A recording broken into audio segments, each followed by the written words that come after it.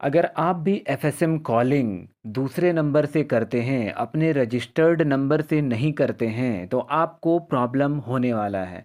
और वो कैसे होने वाला है मैंने इस वीडियो में बताया है, तो चलिए डिस्कस करते हैं। Hello everyone, welcome to my new video.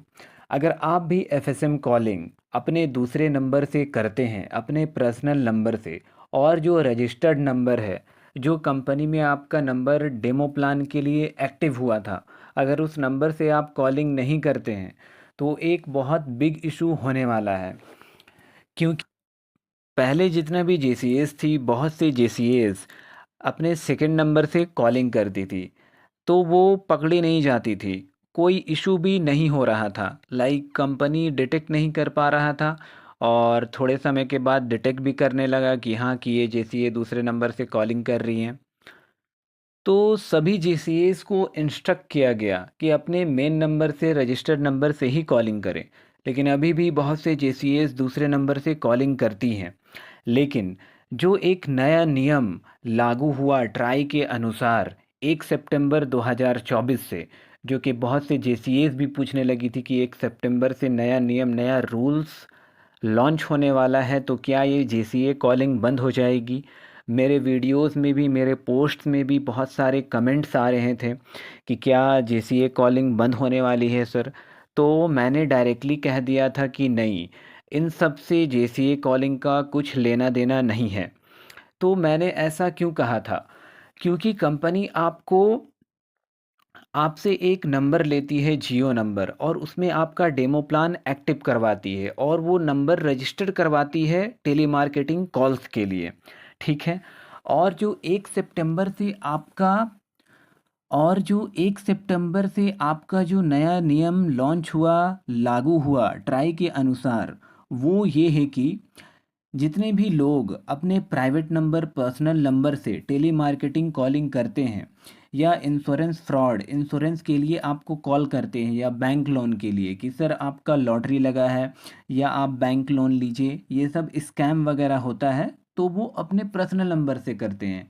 तो इसी के लिए नया नियम लॉन्च हुआ है कि अब अगर ऐसा कोई करता है तो उनका नंबर अगले 2 साल के लिए ब्लैकलिस्ट हो जाएगा। इनकमिंग कॉल, आउटगोइंग कॉल वो कुछ नहीं कर पाएंगे, उस नंबर पे रिचार्ज भी नहीं हो पाएगा, नंबर डिस्कनेक्ट हो जाएगा अगले 2 साल के लिए।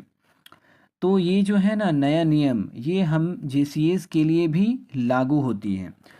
तो बात कुछ ऐसा है कि अगर आप दूसरे नंबर से कॉलिंग करते हैं जेसीए वाला, तो कुछ समय बाद, 1 सप्ताह या 2 सप्ताह बाद, आपके उस दूसरे नंबर पे मैसेज आएगा जियो कंपनी के द्वारा। जो भी कंपनी का सिम आप यूज़ कर रहे हैं, दूसरे नंबर से कॉलिंग कर रहे हैं, तो उस कंपनी का मैसेज आएगा।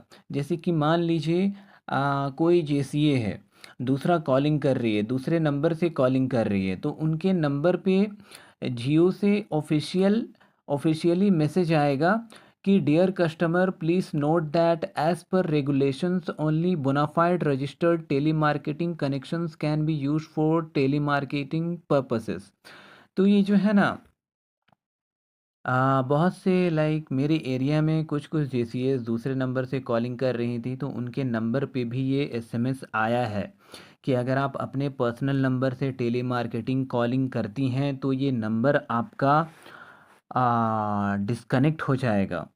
आप अपने पर्सनल नंबर से टेलीमार्केटिंग कॉलिंग कर रही हैं, टेलीमार्केटिंग एक्टिविटी हो रहा है इस नंबर से, और ये नंबर रजिस्टर्ड नहीं है आपका जियो में, तो आप ये रोक दें। और वहाँ ये भी लिखा हुआ रहेगा कि हम लोग चाहते हैं, निवेदन करते हैं कि आप ये रोक दीजिए, अपने पर्सनल नंबर से टेलीमार्केटिंग एक्टिविटी को बंद कर दीजिए। नहीं तो ट्राई के नियम के अनुसार आपका ये जो कनेक्शन है, ये जो नंबर है, वो डिस्कनेक्ट हो जाएगा अगले 2 साल के लिए। अगर आपको भी ऐसा कुछ एसएमएस वगैरह कंपनी की तरफ से आया होगा, तो आप इस वीडियो के कमेंट बॉक्स में ज़रूर बताएं। और अगर आप दूसरे नंबर से कॉलिंग कर रहे हैं तो रुक जाइए, क्योंकि वो नंबर आपका बंद हो जाएगा। कंपनी जो है ना, जब आपका आईडी बनाई थी तो आप एक नंबर प्रोवाइड किए थे जिसमें आपका डेमो प्लान भी चलता है, और पहले आपका 209 का रिचार्ज होता था, लेकिन अब आपका 230, पहले आपका 209 का रिचार्ज होता था, राइट, लेकिन अब आपका रिचार्ज प्लान 249 का हो रहा है, जिसमें आपको 28 दिनों के लिए अनलिमिटेड कॉल और 1 GB data per day meal रहा है। और अगर आपका 5G फ़ोन है, उसमें आपका डेमो प्लान एक्टिव है, तो आपका 5G भी अनलिमिटेड चलेगा कंपनी के द्वारा। 5G data add on free मिल रहा है। तो आप जितना भी कॉलिंग कर रहे हैं अपने रजिस्टर्ड नंबर से ही कीजिए। जिस नंबर पे आपका डेमो प्लान एक्टिव है उसी नंबर से कॉलिंग कीजिए। नहीं तो अगर आप दूसरे नंबर से कॉलिंग करते हैं तो वो नंबर आपका बंद हो सकता है, डिस्कनेक्ट हो सकता है। वो जो मैसेज मैंने दिखाया वो आपके नंबर पे भी आ सकता है, और अगर आप उस नंबर से कॉलिंग करना बंद नहीं करेंगे तो कंपनी को फाइनली मजबूरन आपका वो नंबर डिस्कनेक्ट करना होगा, बंद करना होगा। और इसका कोई चांस नहीं है कि ये नंबर आपका कब चालू होगा, कब स्टार्ट होगा, परमानेंटली भी बंद हो सकता है, तो वो दूसरा नंबर आपका इम्पॉर्टेंट भी हो सकता है। तो जो रजिस्टर्ड नंबर है उसी नंबर से कॉलिंग कीजिए। देखिए पॉइंट ये है कि दूसरी कि बहुत से जेसीएस दूसरे नंबर से कॉलिंग इसलिए करते हैं क्योंकि उनका जो मेन नंबर है, रजिस्टर्ड नंबर है जिसमें डेमो प्लान उनका एक्टिव है, उन पे स्पैम रिपोर्ट्स बहुत ज़्यादा आ गए हैं। कस्टमर्स उनके नंबर पे बहुत ज़्यादा स्पैम कर चुके हैं, जिसके कारण दूसरे कस्टमर्स उनका कॉल नहीं उठाते हैं स्पैम देख के कि ये कोई फ्रॉड कॉल हो सकता है वगैरह वगैरह। इसलिए कुछ स्मार्ट जेसीएस आप कह सकते हैं, वो दूसरे नंबर से कॉलिंग करती हैं और वो नया नंबर रहता है, उसमें आपका स्पैम वगैरह कुछ भी नहीं रहता है। तो कस्टमर्स फटाफट कॉल रिसीव कर लेते हैं बिना किसी डर का, बिना किसी हिचकिचाहट का। बस यही बस यही एक रीज़न है कि वो दूसरा सिम यूज़ करते हैं, क्योंकि वो चाहते हैं कि कस्टमर उनका कॉल उठाए और उनका इफ़ेक्टिव कॉल बढ़े, एसपीजीपी में कस्टमर्स कॉल उठाए और उनका रिचार्ज काउंट बढ़े, आरआर में भी रिचार्ज काउंट बढ़े।